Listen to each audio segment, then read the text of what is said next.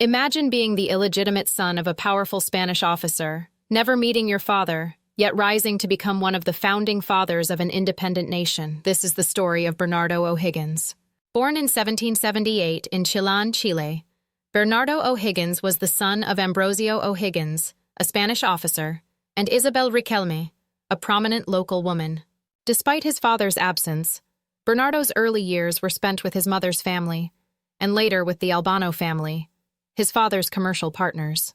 At 15, Bernardo was sent to Lima for his education, supported financially by his father, whom he never met. In 1795, Bernardo was sent to London, where he was influenced by the ideas of independence and nationalism. He joined a Masonic lodge dedicated to Latin American independence, meeting influential figures like Francisco de Miranda. Returning to Chile in 1802, Bernardo adopted his father's surname and began life as a gentleman farmer.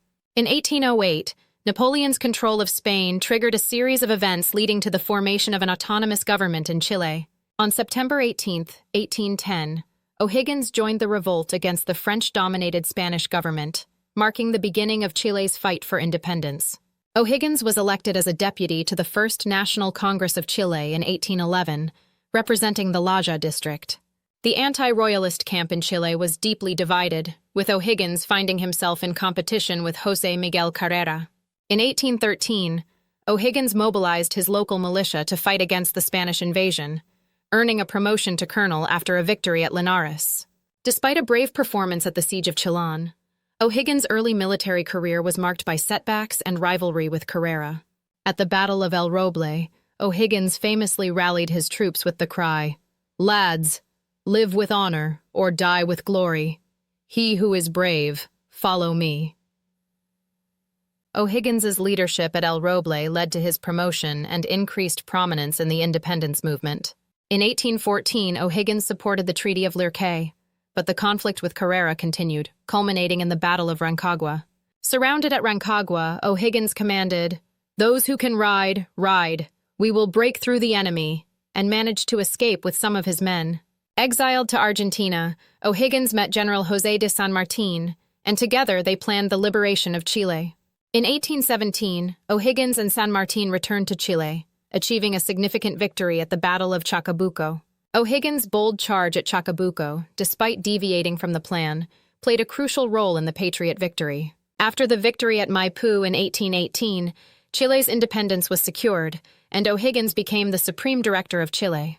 As Supreme Director, O'Higgins implemented numerous reforms, including the establishment of markets, courts, colleges, and the Chilean Navy. Despite his successes, O'Higgins's radical reforms and centralization of power led to opposition from the aristocracy, church, and business community. In 1822, O'Higgins introduced a controversial new constitution, which many saw as a desperate attempt to retain power. Facing increasing opposition, O'Higgins was deposed by a conservative coup in 1823, led by his former ally Ramón Freire.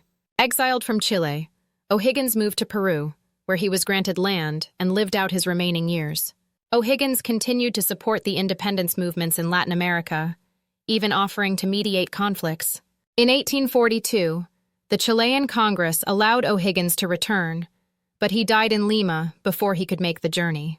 O'Higgins' remains were eventually repatriated to Chile, where he is honored as a national hero. Today, O'Higgins is commemorated with statues, parks, and institutions named in his honor, both in Chile and around the world. His legacy as a founding father of Chile and a champion of independence continues to inspire generations. Bernardo O'Higgins. A life of courage, leadership, and unwavering dedication to the cause of freedom. Remember his name, for he shaped a nation.